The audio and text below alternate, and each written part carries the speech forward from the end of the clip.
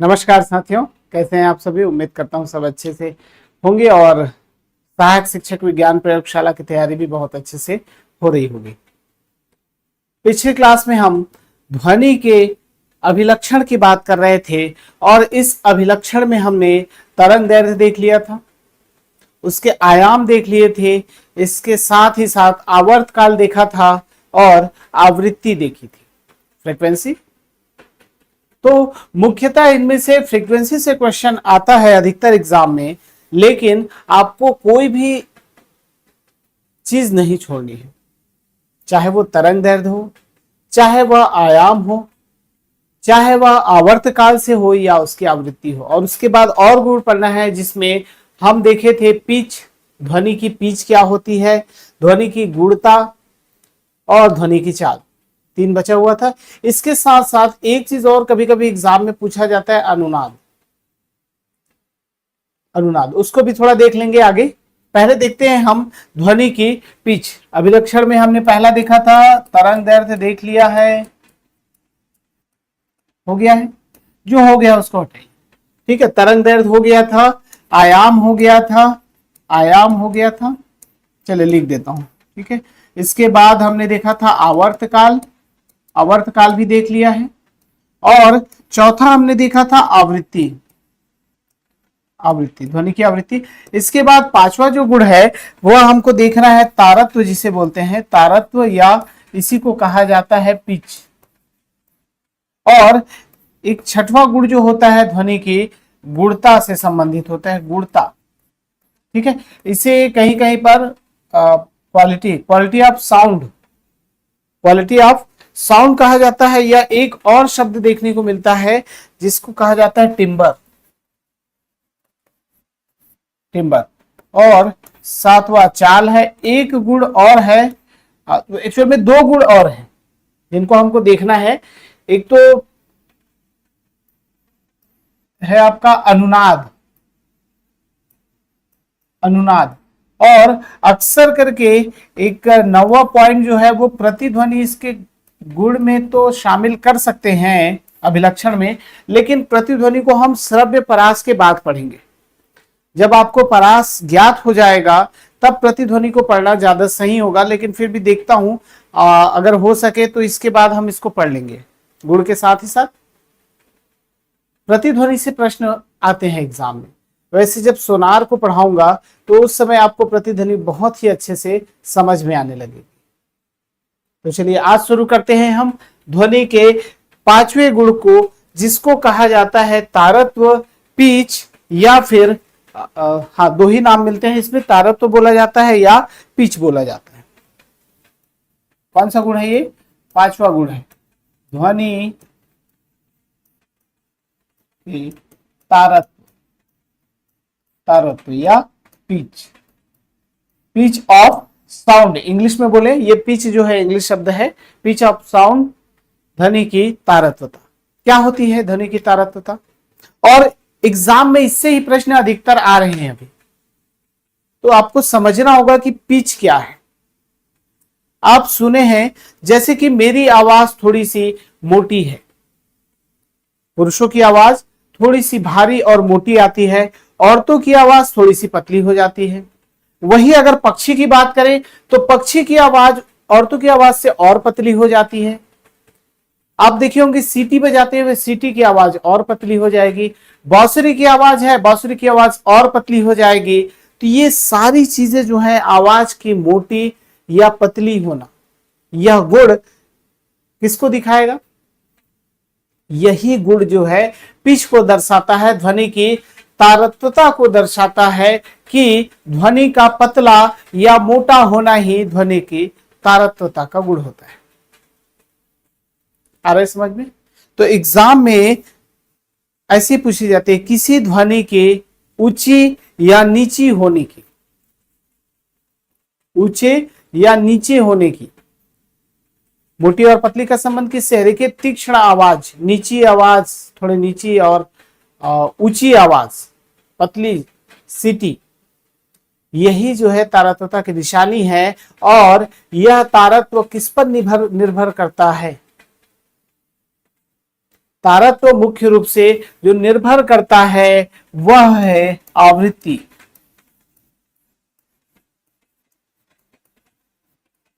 इसको याद रखिएगा, आप कभी भी नहीं भूलेंगे कि किसकी आवृत्ति ज्यादा है तो किसके तारत्व ज्यादा है, किसकी आवृत्ति कम है तो किसी के तारत्व। ठीक है, तो पक्षियों की आवाज बोले या महिलाओं की आवाज, शेर की दहाड़ या पुरुषों की आवाज। अब ऐसा मत बोलिएगा कि औरतों को पक्षियों से जोड़ा जा रहा है और शेर को पुरुष से, ऐसा नहीं है। आपको आवाज पहचानने के लिए बताया कि शेर की दहाड़ सुने हुए एक रंभाट होती है, बहुत ही ऊंची मोटी आवाज बोली जाए। ठीक है, नीची होती है, मोटी आवाज होती है, दूर तक जाती है। और एक महिला की आवाज या एक पक्षी की आवाज पतली होती है, ज्यादा दूर तक नहीं जाती है। अब आपको एक चीज समझ में आ रहा होगा, जैसे कि मैंने कहा शेर की दहाड़, शेर की दहाड़, और दूसरा मैंने बोला पक्षी की आवाज। इसी से आपको समझ में आ जाएगा इस तारत्व और आवृत्ति में क्या संबंध है। अब समझिएगा कि शेर की दहाड़ क्या होती है, धीमी होती है, धीमी, या फिर इसको बोले कि मोटी होती है। ठीक है, मोटी होगी। अब इसकी आवाज क्या होगी, इसकी आवाज जो है तेज होगी, धीमी, नीची होगी, सॉरी ये धीमी हो गई। और दूसरा शब्द क्या बोले, ऊंची या नीची बोल सकते हैं, ऊंची या नीची आवाज, इसको धीमी ना बोल के नीची आवाज, और ये ऊंची आवाज। अब ये क्या होगी, पतली। आ रहा है समझ में? तो शेर की दहाड़ नीची होती है, रंबाहट के साथ होती है, लेकिन दूर तक जाती है। दूर तक जाने का संबंध किससे है, तरंग दैर्ध्य से है। जिसका तरंग दैर्ध्य ज्यादा होगा वह दूर तक यात्रा करेगा। अब इसकी तरंग दैर्ध्य क्या होगी, नीची है, अर्थात ये दूर तक जाती है, तरंग दैर्ध्य क्या होगा, कम होगा, अर्थात इसकी आवृत्ति क्या होगी, इसकी आवृत्ति अधिक होगी। और यहां पर जो पक्षी की आवाज है ऊंची होती है, पतली होती है, पतली स्वर में होती है, इसका तरंग दैर्ध्य क्या होगा, तरंग दैर्ध्य, सॉरी ये नीची होती है, तरंग दैर्ध्य इसका ज्यादा होता है, उल्टा लिख दिया था क्या। तो इसकी आवृत्ति क्या हो जाएगी, आवृत्ति कम हो जाएगी। यहां पर तरंग दैर्ध्य कम होगी तो इसकी आवृत्ति क्या हो जाएगी, आवृत्ति अधिक हो जाएगी। अब एक चीज आपको समझ में आ रहा होगा कि हम पढ़ रहे हैं ध्वनि की पिच अर्थात ध्वनि की तारत्व, और यह निर्भर करता है आवृत्ति पर। तो शेर की दहाड़ की आवृत्ति क्या है, कम है, इसलिए इसकी पिच क्या होगी, पिच कम होगी, नीची पिच होगी। और नीची पिच है और आवृत्ति इसकी क्या है, कम है, और जिसकी आवृत्ति कम होती है उसकी तरंग दैर्ध्य ज्यादा होती है, अर्थात वह अधिक दूरी तक जा सकती है। इसीलिए शेर की दहाड़ दूर तक जाती है या दूर तक सुनाई देती है। वैसे ही पक्षी की आवाज की बात करें तो पक्षी की आवाज की आवृत्ति गुण कैसा, इसका ऊंची है और पतली है, ऊंची और पतली है, अर्थात इसका जो आवृत्ति है वह उच्च होगी और तारत्व क्या होगा, ये भी उच्च होगा। लेकिन अगर इसकी पिच हाई पिच की है और आवृत्ति भी हाई है, लेकिन इसके तरंग दैर्ध्य क्या होगी, कम होगी, अर्थात ये पक्षी की आवाज देखे होंगे अधिक दूर तक नहीं जा पाएगी। वैसे ही अगर बोले पुरुषों की आवाज, पुरुषों की आवाज की आवृत्ति तो कम होती है लेकिन बहुत दूर तक जाती है, और वहीं महिलाओं की आवाज जो है आवृत्ति अधिक होती है, पतली होती है, ऊंची होती है, तीक्ष्ण होती है, थोड़ी देर में शांत हो जाती है। मतलब आवाज तो सुनाई देगी लेकिन ज्यादा दूर तक नहीं जाती है। तो आपको मैंने बताया था तरंग दैर्ध्य आवृत्ति में संबंध। अभी आप समझिए जिसकी आवृत्ति अधिक होगी उसके तारत्व या पिच का मान भी अधिक होगा, और यह संबंध किसको कर दर्शाता है, आवाज के ऊंचे या नीचे होने को। जिसकी आवृत्ति अधिक उसकी आवाज जो है ऊंची या फिर पतली होगी, और जिसकी आवाज नीचे उसकी मोटी। आपको मैंने टी का भी मान निकाल के दिखाया था, पुरुषों की आवाज की और महिलाओं की आवाज की। 1/125 पुरुषों की और 1/250 महिलाओं की। तो कम समय में अगर ज्यादा कंपन हो, कम समय में ज्यादा कंपन हो तो क्या है, उसकी आवृत्ति उच्च होगी, जो कि महिलाओं की है। अर्थात 1/250 इसका मैंने बताया था और इसका बताया था 1/125 तक। ठीक है मान। तो 1 सेकंड में 125 कंपन कर रहा है पुरुषों की आवाज, या यहां पर शेर है पुरुष का बता रहा हूं ना, पुरुषों की आवाज 1 सेकंड में 125 कंपन हो रहा है और ये 1 सेकंड में 250 कंपन कर रही है। अर्थात इसकी आवृत्ति अधिक होगी और इसकी आवृत्ति कम होगी। इसीलिए देखे होंगे महिलाओं की जो ये गला है वो भी थोड़ी सी पतली होती है, जगह कम होती है तो कंपन भी ज्यादा होता है, इसीलिए पतली आवाज होती है। अब बच्चों की बात करें तो जब बच्चे होते हैं तो गला तो पतली ही होनी है।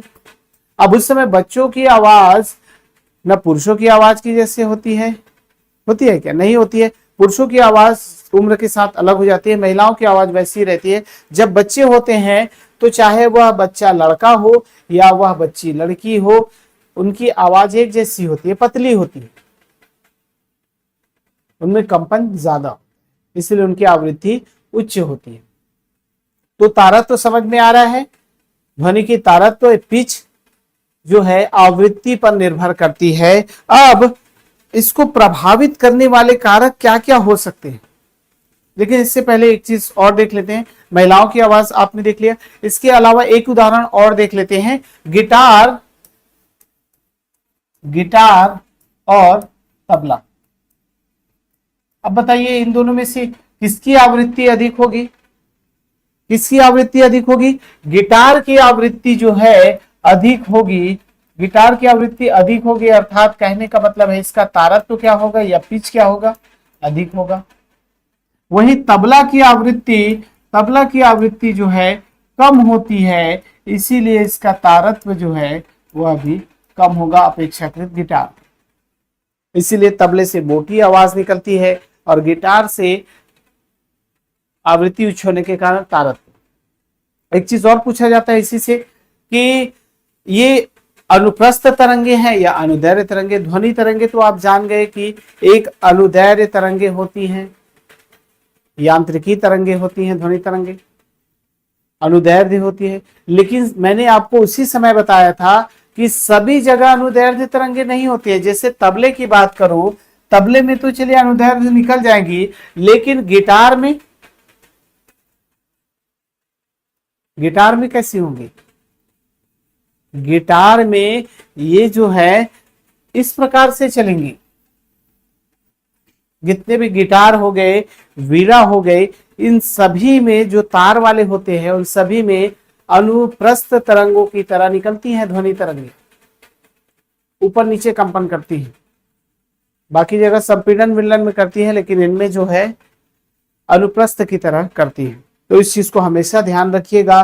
कभी कभी एग्जाम में पूछ लिया जाता है गिटार से निकलने वाली ध्वनि कैसी होती है, हारमोनियम से निकलने वाली ध्वनि कैसी होती है, तबला से निकलने वाली ध्वनि कैसी होती है, वीणा से निकलने वाली ध्वनि कैसी होती है। अनुप्रस्थ या अनुदैर्घ्य दोनों को याद रखिएगा। जितने भी तार वाले हैं उससे अनुप्रस्थ तरंगे निकलती हैं, उसके अलावा जो ठोकने पीटने वाले हैं जिसमें बल लगाया जाता है उसमें अनुदैर्घ्य तरंगे होती हैं। चल, तो हम देख रहे थे तारत्व। अब तारत्व जो है मुख्य रूप से किस पर है? आवृत्ति। जिसकी आवृत्ति अधिक होगी उसकी तारत्व भी अधिक होगी। अब देखिए तारत्व की निर्भरता किस पर होगी? निर्भर करने वाले कारक तारत्व जो है किस पर निर्भर करेगा? कौन कौन से ऐसे फैक्ट है जिन पर वो निर्भर करेगा? तो पहला जो है, पहला स्रोत का कंपन। अब स्रोत का कंपन कैसे? जिसमें ज्यादा कंपन होगा, जिस ध्वनि के स्रोत से उसमें ज्यादा कंपन होगा उसमें आवृत्ति भी क्या होगी? अधिक होगी। अर्थात ये हो जाएगा तारत्व के समानुपाती। कंपन जिसमें अधिक होगा तारत्व भी उतना ही अधिक होगा। कंपन जितना कम होगा उतनी आवृत्ति का मान कम होगा, इसलिए तारत्व का मान भी क्या हो जाएगा, कम हो जाएगा। तो स्रोत के कंपन पर निर्भर करेगा, पहली बात। दूसरी, आवृत्ति पर निर्भर करेगा। दूसरी, आवृत्ति या फ्रीक्वेंसी पर निर्भर करेगा। इसको मैंने बता दिया शुरू में ही, तारत्व या पिच, PICH, पिच। अर्थात आवृत्ति अधिक होगी तो तारत्व भी अधिक होगा, आवृत्ति कम होगी तो तारत्व का मान भी कम हो जाएगा। तो मुख्य रूप से दो ही चीजों पर निर्भर करती हैं, याद रखिएगा। एक तो हो गई स्रोत के कंपन और दूसरे आवृत्ति पर। जिसकी आवृत्ति अधिक होगी उसका तारत्व भी अधिक होगा, जिस स्रोत का कंपन अधिक होगा उस स्रोत का तारत्व भी अधिक होगा। अब हाल ही एक एग्जाम में आया हुआ था प्रश्न कि पियानो को कुंजी को पहले धीरे से दबाते हैं उसके बाद जोर से दबाते हैं, तो उसमें क्या परिवर्तन होगा। एक पियानो लीजिए, पियानो की कुंजी को पहले धीरे दबाइए फिर उसके बाद जोर से दबाइए, तो पियानो की कुंजी में क्या परिवर्तन होगा। बहुत से लोग इस प्रश्न को गलत करके आए थे। इसका कारण है कि आपने पिच अच्छे से नहीं समझा था। अगर पिच समझ गए होते तो ये गलती नहीं होती।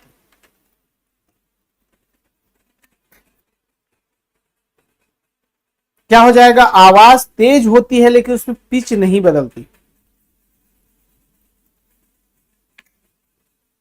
पियानो को, किसी कुंजी को आप पहले धीरे से दबाइए फिर उसको जोर से दबाइए।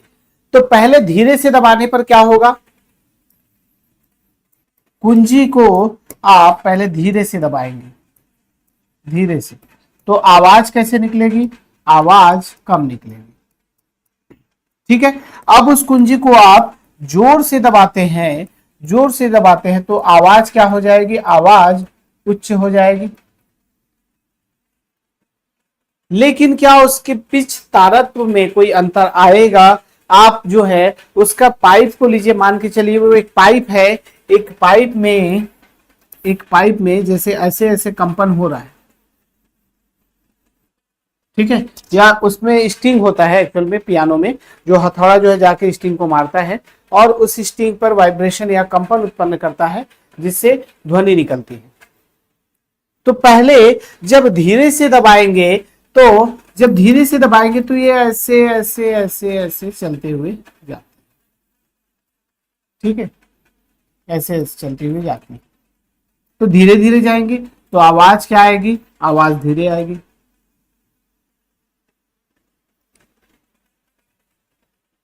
ठीक है, कंपन उतने ही कर रहे हैं, लेकिन आप जोर से दबाएंगे तो कंपन तो उतना ही होगा लेकिन आवाज ज्यादा आएगी। ठीक है, कंपन उतने ही होंगे। दूसरे कंडीशन में क्या है, दूसरे कंडीशन में आप जोर से जब दबाते हैं तो भी ये इतने ही कंपन से गति करेगी। ठीक है, तो कंपन बराबर है दोनों में, कंपन जब बराबर है दोनों में तो आवृत्ति क्या होगी, आवृत्ति भी बराबर होगी। और आवृत्ति अगर बराबर है तो इसका तारत्व क्या होगा, तारत्व भी दोनों में सेम रहेगी, अर्थात इसकी पिच कहीं पर भी चेंज नहीं होगी। आप देखे होंगे जब धीरे से दबाएंगे तो कम आवाज आएगी और जोर से दबाएंगे तो आवाज ज्यादा आएगी, लेकिन उसके पिच में कोई भी अंतर नहीं होगा। चाहे बगल वाली कुंजी को आप दबा के देख लें, उसको भी जोर से दबाएंगे तो वो भी, और इससे पहले वाली कुंजी, अगल बगल दो कुंजी को दबा के देखेंगे उसके आवृत्ति में कोई परिवर्तन नहीं होगा। आप उसको पहचान सकते हैं ये अलग स्वर है, ये अलग स्वर है।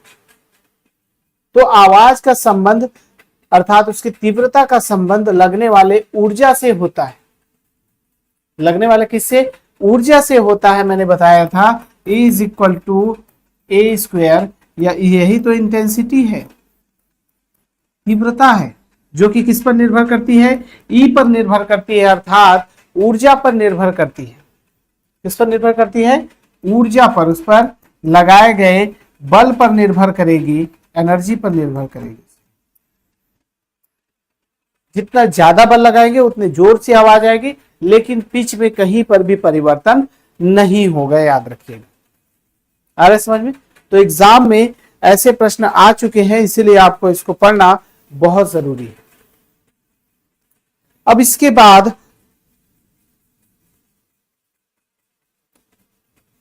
और आपको कैसे पूछ सकता है एग्जाम में, इसका अर्थ क्या हुआ, अभी जो मैंने बताया उसका अर्थ क्या हुआ कि इसमें एक समान पिच का संबंध आवृत्ति से तो है, एक समान पिच अगर लगाई जाए, अगर पिच का संबंध किससे है, आवृत्ति से, जैसे जैसे आवृत्ति होगी वैसे वैसे उसकी पिच चेंज होती जाएगी। तो भूलिएगा नहीं कौन किसको किसको रिपोर्ट, नहीं तो बहुत दिक्कत हो जाते हैं, एकदम फंस जाते हैं। और एग्जाम में जब आता है तो आवृत्ति क्या है, आयाम क्या है, तरंग दैर्ध्य क्या है, पिच क्या है, तारत्व गुणता क्या है, इसी में फंसे रह जाते हैं और प्रश्न गलत करके आ जाते हैं। तो ध्वनि के प्रश्नों को बहुत ही आराम से पढ़िएगा, और आपके एग्जाम में ध्वनि से प्रश्न तो आने ही आने। 2 प्रश्न पिछले एग्जाम में आए, हो सकता है इस एग्जाम में 3 प्रश्न आ जाए। बढ़ते हैं अब अगले गुण की ओर, जिसे ध्वनि की कहा जाती है, ध्वनि की गुणता, क्वालिटी ऑफ साउंड, या इसी को कहा जाता है टिम्बर भी बोला जाता है, टिम्बर, ध्वनि की गुणता, टिम्बर। मान के चलिए मैं एक ध्वनि है, जैसे कि आवृत्ति बोल दूं, एक ध्वनि की आवृत्ति मैंने 120 हर्ट्ज कर दी, और एक और ध्वनि है उसकी भी आवृत्ति 120 हर्ट्ज कर दी प्रति सेकंड, लेकिन फिर भी आप उस ध्वनि को पहचान जाएंगे। या आप मेरी आवाज अभी सुन पा रहे हैं, किसी और के मोबाइल में आप वही आवाज अचानक से आपको सुनाई देगा, तो भी आप पहचान लेंगे कि ये फिजिक्स वाले सर का है। या आप अपने भाई बहन, अपने माता पिता या अपने संबंधी जो जान पहचान वाले हैं उनके आवाज को आसानी से पहचान सकते हैं। चाहे कितने भी भीड़ में शोर शराबे होते रहे, कोई आपके जो पहचान वाले होंगे वो बात कर रहे होंगे तो उस भीड़ या शोरगुल में आपको सुनाई देते। हाँ, हालांकि आवृत्ति एक समान जब निकलती है तो पहचानने में दिक्कत होती है, या कोई दूर से चिल्लाए तो आपको समझ में नहीं आता है। बहुत दूर से चिल्लाए तो ऐसा लगेगा, जाना पहचाना आवाज लगेगा, लेकिन हो सकता है पहचान ना पाए। लेकिन आप किसी व्यक्ति को बिना देखे ही बता सकते हैं कि ये फलाना व्यक्ति की आवाज है, या मेरे मम्मी की आवाज है, मेरे पापा की आवाज है, मेरे भाई बहन की आवाज है। तो वो आवाज जो है आप कैसे पहचान पाते हैं? या एक चीज आप देखे होंगे, हारमोनियम होता है, तब पेटी होता है, तबला होता है और वीणा है, सबकी आवाज अलग अलग होती है, भले ही सेम आवृत्ति हो उनकी। आ रहा है समझिए?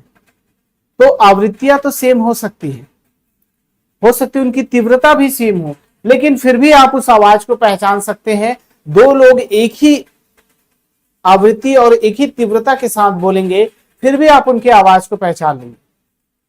तो यही आवाज को पहचानने का गुण, आवाज को पहचानने का गुण क्या कहलाता है? ध्वनि की गुणता या ध्वनि की टिम्बर कही जाती है। टिम्बर इसलिए कहा जाता है क्योंकि ये आप देखे होंगे उसमें खांचे बने होते हैं, कुछ खांचे बने होते हैं, लकड़ी के बने होते हैं, इसी से नाम दिया गया है। इसमें आवाज जो है अलग अलग तरीके से निकाल सकते हैं, कुछ इस प्रकार से बने होते हैं, खांचे होते हैं, और ये आवाज उन्हीं से आती है। ये टिम्बर मुख्य रूप से जो वाद्य यंत्र है उनके लिए प्रयोग किया जाता है। आपको ध्वनि की गुणता याद रखनी है कि ध्वनि को पहचान सकते हैं जो उसके अंदर गुण है। ये गुण उस तरंग के रूप के कारण होता है। जो तरंग चल रही है, इस तरंग को आप पहचानते हैं, सेम आवृत्ति की एक और तरंग चलेगी तो आप पहचान सकते हैं कि यह इसकी आवाज है या इसकी आवाज है, इसकी आवृत्ति कैसी है, उससे आप पहचान पाते हैं। सेम आवृत्ति भी होगी तो भी पहचान पाएंगे, ऐसा नहीं है कि आवृत्ति अलग अलग हो। सेम आवृत्ति, सेम तीव्रता के साथ भी आप किसी विशेष व्यक्ति की आवाज अलग से पहचान सकते हैं। यही गुण ध्वनि की गुणता के अंतर्गत आती है। अब इसको समझना है, इससे क्वेश्चन कैसे आ सकते हैं। इसमें पूछा जाता है कि एक व्यक्ति की आवाज की तीव्रता दूसरे व्यक्ति के आवाज की तीव्रता के बराबर है और उसके अलावा उसकी पिच का मान भी बराबर है, पिच का मान भी बराबर है, तीव्रता बराबर है तो पिच भी बराबर होगी। वॉल्यूम भी समान है, अर्थात ध्वनि तेज है तो तेज है, हल्की है तो हल्की है। ध्वनि वॉल्यूम, वॉल्यूम को कैसे तीव्रता बोल सकते हैं। वॉल्यूम आवाज भी बराबर है उसी आवृत्ति की, फिर भी आप दोनों व्यक्ति के आवाज में अंतर साफ स्पष्ट कर सकते हैं। यह ध्वनि के किस गुण को दिखाता है?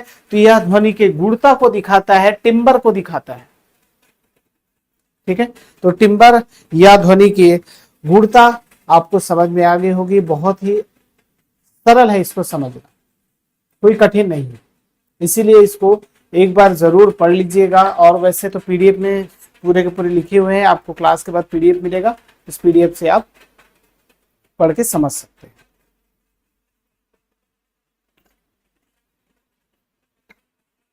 अब इसके बाद हमको पढ़ना है, छठवां पढ़ लिया हमने ध्वनि की गुणता, इसके बाद सातवां देखना है हमको ध्वनि की चाल। ध्यान रखिएगा, अगर ये जो आपको बता रहा हूं ना जितने भी ध्वनि के गुण, इसको अगर आप नहीं पढ़े रहेंगे तो दिक्कत हो जाएगी, क्योंकि न्यूमेरिकल प्रश्न इनसे बनने हैं, फॉर्मूला तो इन्हीं से होगा ना। फॉर्मूला जो है इसी से आएगा, जैसे ध्वनि की चाल पूछ दे, ध्वनि की आवृत्ति पूछ दे, आवर्त काल पूछ दे, तो सारे के सारे सूत्र याद होने चाहिए। ध्वनि की चाल, चाल वही है एकांक समय में चली गई दूरी, अर्थात चाहे वो बाइक हो, मोटरसाइकिल हो, जो भी होगी। अब यहां पर हम बात करेंगे ध्वनि से, तो ध्वनि द्वारा एकांक समय में चली गई दूरी ध्वनि की चाल कहलाती है। इसको दर्शाया जाता है v से, और दूरी बटा समय भी क्या होगा, दूरी बटा समय, एकांक समय में चली गई दूरी। अब देखिए कोई ध्वनि है, मान के चलिए ये वाला ले रहा हूं ना, अभी ये ध्वनि तरंग है। अब ये चलेगी कैसे, यहां से चलकर यहां गई, यहां तक, तो इस पॉइंट से लेकर इस पॉइंट तक क्या होता है, यही तो इसकी दूरी है, क्या होगी, लैम्डा। तरंग दैर्ध्य अर्थात तरंग द्वारा चली गई दूरी किसके डिनोट करते हैं, लैम्डा से, तो लैम्डा। और समय को किससे लेते हैं, आवर्त काल टी, v बराबर लैम्डा अपॉन टी हो गया। अब एक फॉर्मूला और हमने पढ़ा है, क्या, f बराबर 1 अपॉन टी पढ़ा है, तो यहां पर f का मान रख देंगे, तो v बराबर क्या हो जाएगा, f 1 अपॉन टी का हो गया f, और ये लैम्डा, तो ये भी हो सकता है। आपको चाहे आवर्तकाल और तरंग दैर्ध्य दिया रहे तो आप निकाल सकते हैं ध्वनि की चाल या तरंग की चाल, या फिर आपको फ्रीक्वेंसी दी रहे और लैम्डा का मान दिया रहे तो भी आप वेग निकाल सकते हैं।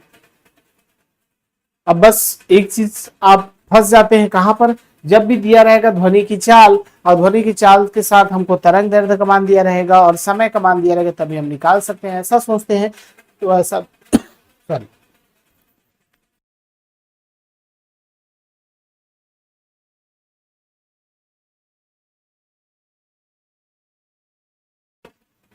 तो ऐसा बिल्कुल नहीं है। आपको अगर फ्रीक्वेंसी और तरंग दैर्ध्य का मान पता है तो भी आप उसके वेग को या तरंग की चाल को निकाल सकते हैं। स्पीड ऑफ साउंड, ध्वनि की चाल। अब यह जो है किस, ध्यान रहे इसमें दो चीजें आ रही हैं, क्या, v बराबर क्या आ रही है, f इंटू लेमडा, v बराबर f इंटू लेमडा, और लेमडा क्या है, तरंग दैर्ध्य है, और f फ्रीक्वेंसी है। अब इस चीज को आप ध्यान से देखेंगे तो समझ में आएगा, तो f और लेमडा एक दूसरे के अपोजिट हैं, तो उसके वेग को कैसे निर्भर करेंगे। अब मान के चलिए मैं आपसे पूछ दूं, किसी की फ्रीक्वेंसी ज्यादा है, ठीक है, तो उसका वेग क्या होगा, वेग ज्यादा होगा क्या, फ्रीक्वेंसी ज्यादा होगी तो लैम्डा तो कम हो जाएगा, और ये दोनों के दोनों प्रभावित करते हैं, तो क्या ये ज्यादा होगा या कम होगा, सोचिए थोड़ा सा इसमें।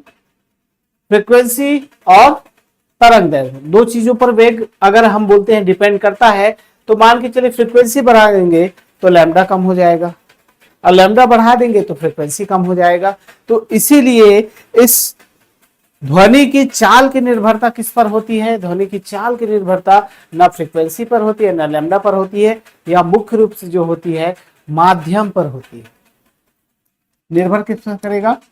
निर्भर मुख्य रूप से माध्यम पर करेगा कि वह ध्वनि किस माध्यम में गति कर रही है। माध्यम की प्रकृति पर निर्भर करेगा कि वह माध्यम कैसा है, सघन है, विरल है, या फिर मीडियम है। उस पर डिपेंड करेगा, ना कि इसके लैम्डा के मान पर या फिर फ्रीक्वेंसी के मान पर।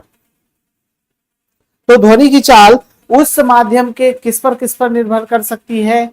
ताप पर निर्भर कर सकती है, घनत्व पर निर्भर कर सकती है, आर्द्रता पर निर्भर कर सकती है। कैसे? जैसे कि एक उदाहरण के तौर पर मैं बताऊं, एक उदाहरण के तौर पर आप देखे होंगे, जो पूछा जाता है कि ध्वनि की चाल 20 डिग्री सेल्सियस पर कितनी होती है। तो जैसे कि 20 डिग्री सेल्सियस पर बात करो, ताप की बात कर रहा हूं मैं अभी, 20 डिग्री सेल्सियस पर ध्वनि की चाल 343 मीटर पर सेकंड होती है, सामान्यतः 20 डिग्री ताप।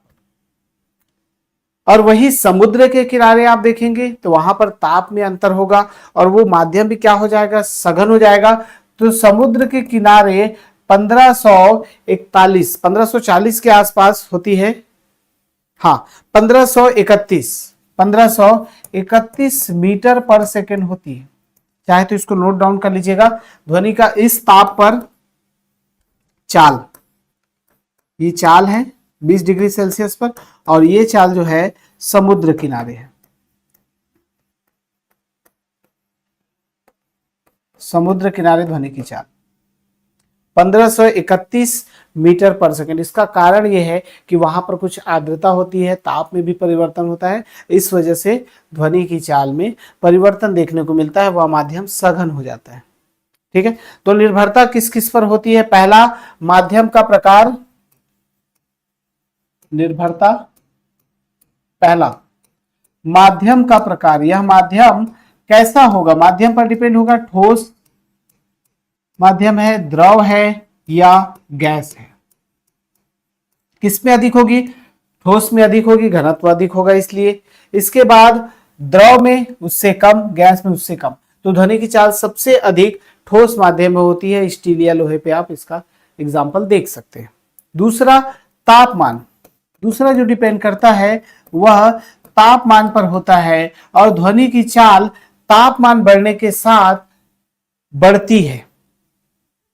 ठीक है, क्यों बढ़ती है? क्योंकि जब ध्वनि एयर जो माध्यम है उसमें ताप बढ़ा दे, उसके अणुओं की गति अधिक हो जाएगी, और जैसे ही अणुओं की गति अधिक हो जाएगी, एक दूसरे के टक्कर बहुत अधिक हो जाएगी, जैसे तरंग उस दिशा में जा रही है तो उसी दिशा में वो गति करने लग जाती है। ध्वनि तरंगे जो हैं आगे बढ़ती हुई जाती हैं उन अणुओं के साथ। इसीलिए चाल बढ़ाने पर ध्वनि की ताप बढ़ाने पर ध्वनि की चाल बढ़ जाती है। इसीलिए आप देखे होंगे गर्मी के दिनों में हवा जो चलती है उसकी सरसराहट भी सुनाई होती है, क्योंकि सरसराहट की आवाज सुनाई देती है, क्योंकि गर्मी में ताप बढ़ जाता है। और अगर गर्मी के समय में कोई आपको चिल्ला दे, जोर से आवाज कर दे, इधर आओ करके अचानक से चिल्लाए, तो आवाज बहुत दूर तक जाती है।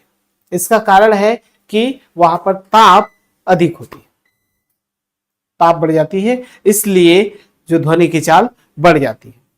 और दूसरा, इसके बाद तीसरा देखिए, घनत्व पर। तीसरा जो डिपेंड होता है डेंसिटी पर, घनत्व पर। घनत्व में क्या होता है? अणुओं की चाल जो है, घनत्व बंधे होते हैं तो उसमें आसानी होती है आगे बढ़ने हुए। ठोस के घनत्व अधिक होती है, इसलिए घनत्व पर ध्वनि की चाल भी अधिक हो जाएगी। जितना ज्यादा घनत्व उतनी ज्यादा ध्वनि की चाल।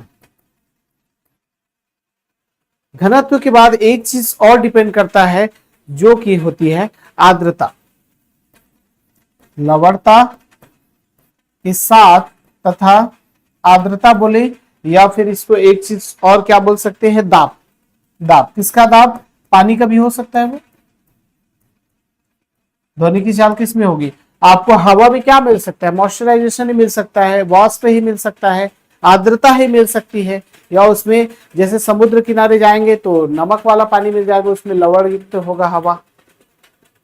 समुद्र किनारे हवा भी चलेगी ना बहुत टाइम तक तो कुछ देर में चिपचिपा लगने लगता है।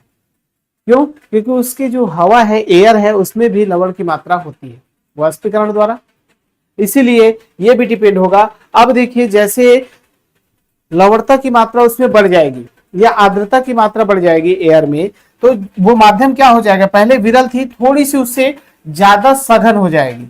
तो जिसमें आर्द्रता अधिक होगी या जिसमें लवणता अधिक होगी उसमें ध्वनि की चाल भी अधिक होगी। इसीलिए एक प्रश्न आया हुआ था कोई एग्जाम में कि पहला आप समझ गए कि गर्मियों के दिनों में किसी चिल्लाने पर आवाज दूर तक जाती है, लेकिन बरसात के दिनों में भी चिल्लाने पर आवाज दूर तक जाती है। उसका कारण है कि वहां पर आर्द्रता होती है, नमी होती है, आर्द्रता होती है, नमी होती है हवा में, जिसके वजह से वह माध्यम विरल से थोड़ी सी सघन हो जाती है। और जैसे सघन माध्यम हुई, आवाज क्या है, ध्वनि जो है तेज गति से आगे बढ़ती है, ज्यादा दूर तक जाती है। इसीलिए बरसात के दिनों में भी आप किसी को चिल्लाएंगे तो बहुत दूर तक आवाज जाती है। या फिर बरसात के दिनों में जो मेढक होते हैं वो भी जब टर्राते हैं, या छोटे छोटे कीड़े मकोड़े हैं, उनकी भी आवाज हमको सुनाई देने लगती है। इसका कारण वही है आर्द्रता।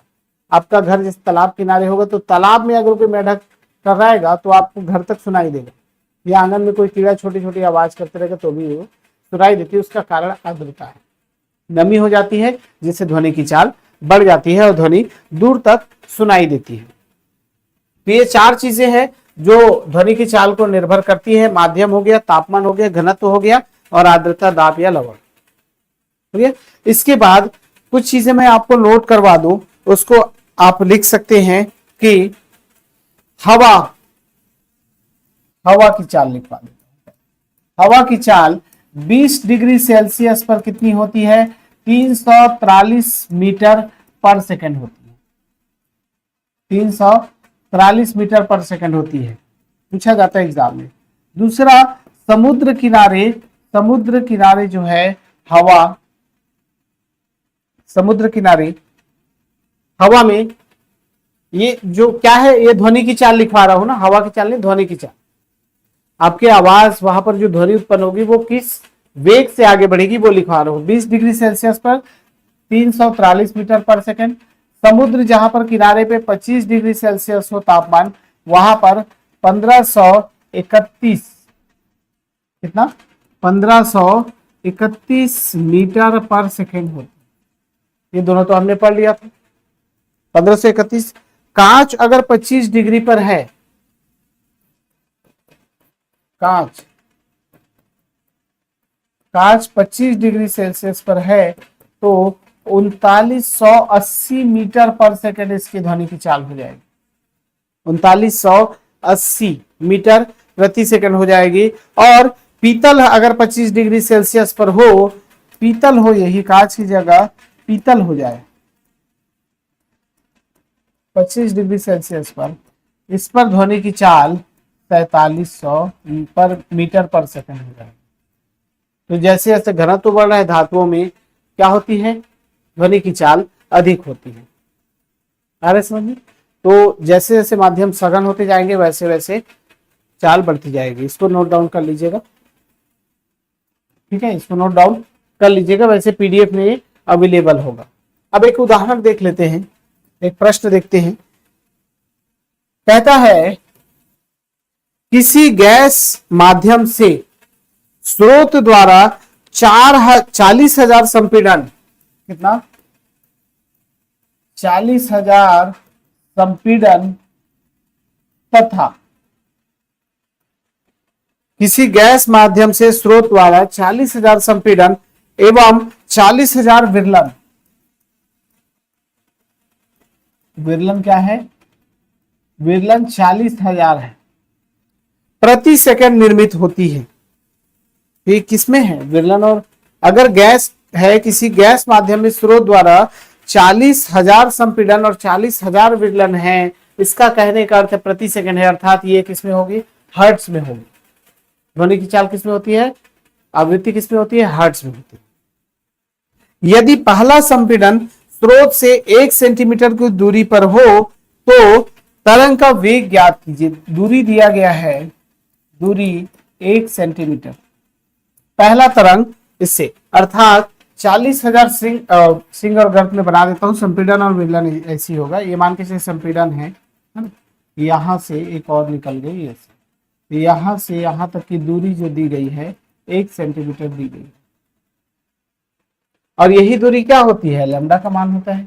वेग पूछा जा रहा है, वेग क्या होगा? तो वेग बराबर होता है v बराबर lambda upon sorry F into lambda होता है। ये हर्ट्ज में दिया गया है, अर्थात ये इसकी क्या है? फ्रीक्वेंसी है, और फ्रीक्वेंसी से आपको समझ में आ गया होगा। यहां पर अगर ये करें तो टी का मान तो दिया नहीं है, प्रति सेकंड है, तो लैम्डा दी गई है और एफ दी गई है, तो ये वाला फॉर्मूला हम यूज करेंगे।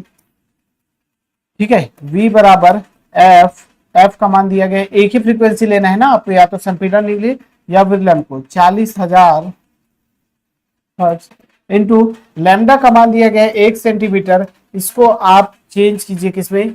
मीटर में, क्योंकि ये मीटर पर सेकंड में लाना है हमको, तो मीटर में चेंज करेंगे तो 1/100 हो जाएगा। हटा दीजिए 2 शून्य, कितना हो गया? 400 मीटर पर सेकंड इसकी क्या हो जाएगी? ध्वनि की चाल हो जाएगी। तो ऐसे प्रश्न जब पूछे जाएंगे तो आसानी से बनेंगे। आप लोग रिलैक्स होके पहले देख लीजिएगा, मात्रक सही मात्रक चुनना जरूरी है। सेंटीमीटर में दिया गया है तो आपको मीटर में कन्वर्ट करना जरूरी है, और आंसर अगर किलोमीटर में दिया हो तो आंसर अगर यहीं पर 400 मीटर पर सेकंड है, अब आंसर में आपको किलोमीटर प्रति सेकंड में दिया गया है, किलोमीटर प्रति घंटे में दिया गया है, तो 400 को आप चेंज कर सकते हैं किसमें? छोटे से बड़े में जा रहे हैं तो बड़े का, ये सिखाया था मैंने, 5 हो गया, गुणा कर दीजिए, 8 8 64 की 4, हाथ से 6, 8 1 8 14 किलोमीटर प्रति घंटा। तो ऐसे चेंज कर सकते हैं आराम से, आ रहा है समझ में? तो ऑप्शन देख के आपको बनाना है, 4 ऑप्शन दिया रहेगा तो उसमें से मीटर पर सेकंड में दिया रहेगा तो मीटर पर सेकंड में, किलोमीटर प्रति घंटे में दिया रहेगा तो किलोमीटर प्रति घंटे में बदल लीजिएगा। ठीक है, अब इसके बाद एक और गुण है जो कि बहुत सरल है, वैसे उसको तो बताना नहीं चाहिए, आप सभी को पता होगा। अनुनाद, ध्वनि का अनुनाद, रेजोनेंस बोला जाता है इंग्लिश में, रेजोनेंस कहा जाता है। अनुनाद क्या होता है? आप 6वीं क्लास में रहे होंगे, 7वीं, वैसे 8वीं में देखने को मिलता है, 8वीं या 9वीं। कदम ताल, पुल को क्रॉस करते समय जो आर्मी के जवान हैं उनको कदम ताल मिलाने के लिए मना किया जाता है, मतलब एक साथ कदम मत रखिएगा। जैसे कि परेड होता है तो सब कोई एक साथ कदम रखते हैं, एक साथ सलूट करते हैं, सारी चीजें एक साथ होती है। तो एक पुल को क्रॉस करते समय ऐसा क्या होता है कि एक साथ न रखने दिया जाता है? उसका कारण है कि जब एक साथ कदम रखते हैं समान तीव्रता लगती है, बल लगता है। ठीक है, एक साथ सभी बल लगाएंगे और एक साथ बल लगाएंगे तो बल का मान बढ़ जाएगा और पुल टूट सकती है। तो यही गुण अनुनाद है। अनुनाद में जो तीव्रता है और आवृत्ति है समान हो जाती है, और उसमें हमको अलग अलग आवाज सुनाई नहीं देगी। जैसे कि सभी की जोर से एक साथ चिल्लाए, आवृत्ति बढ़ा दी जाए तो सब एक बराबर लगे। इसीलिए कोई चिल्लाता है तो अब गुणता का गुण नहीं समझ पाते हैं कि कौन चिल्ला रहा है, यही कारण है। तो उसमें अनुनाद में एक साथ आवृत्ति बराबर होती है और तीव्रता भी बराबर होती है। यही गुण क्या कहलाता है? उसका अनुनाद कहलाता है। और सैनिकों को पुल क्रॉस करते समय अनुनाद करने से या कदम ताल मिलाने से मना किया जाता है। यही आप मोबाइल में बात करते समय या आप आज सामने आसपास बात करेंगे तो कोई एक साथ एक चीज को बोले तो समझ में नहीं आता है कि कौन बोला है। सुनाई आपको प्रॉपर देगा, कौन बोला है ये समझ में नहीं आता। तो उम्मीद करता हूँ ये सारी चीजें समझ में आ रही होंगी। इसके बाद ध्वनि का परास है आपके सिलेबस में, सुना रहे, इससे प्रश्न पूछे गए हैं। प्रतिध्वनि तो पढ़ना ही पढ़ना है, प्रतिध्वनि बहुत इंपॉर्टेंट है। देखते हैं, हो सके नेक्स्ट क्लास में प्रतिध्वनि पढ़ा देंगे या फिर सोनार को पढ़ाएंगे, उस समय प्रतिध्वनि के पढ़ाएंगे। प्रतिध्वनि अर्थात आवाज की गूंज, वो भी एक ध्वनि का गुण है कि आप चिल्लाएंगे तो कोई आवाज जैसे जोर से चिल्लाएंगे तो वापस लौट के कितने देर बाद सुनाई देगी, कितने दूर के बाद आएगी, ये होता है प्रतिध्वनि। गूंज जिसे बोला जाता है, एक बड़ा हॉल देखिएगा, आप हेलो बोलेंगे तो उधर से भी हेलो हेलो हेलो, इको, उसी से इको बना है, माइक में echo echo, hello hello hello. Ramayana में भी होता है, जब रावण सीता मैया को हर के ले जाता है तो राम क्या बोलते हैं, सीते सीते सीते सीते। ये क्या है, इको, गूंज आवाज की प्रतिध्वनि यही है। तो इसको सोनार को पढ़ते समय बहुत अच्छे से समझा दूंगा, वैसे आपको समझ में आ गया होगा प्रतिध्वनि। तो ध्वनि के अभिलक्षण खत्म हो गए हैं, इसके बाद ध्वनि का प्रयास करना है। आप लोग कंटिन्यू पढ़िए और ऐसा पढ़िए कि एग्जाम में एक भी प्रश्न छूटे ना। वैसे मैं कोशिश कर रहा हूं सारे के सारे न्यूमेरिकल और कथन कारण वाले, कूट वाले सारे प्रश्न करा दूंगा निश्चिंत रहिए। बस व्हाट्सएप ग्रुप में बताया कीजिए कि क्लास कैसा लग रहा है। अगर ग्रुप में नहीं बताते हो तो अलग से बता दीजिए कमेंट करके। 94,064,31,014 है, उस नंबर पे मुझे व्हाट्सएप कीजिएगा कि सर आपकी क्लास अच्छी है या सर कुछ और सुधार चाहिए, वो सारी चीजें। चलिए मिलता हूँ नेक्स्ट क्लास में, तब तक के लिए नमस्कार, जय हिंद।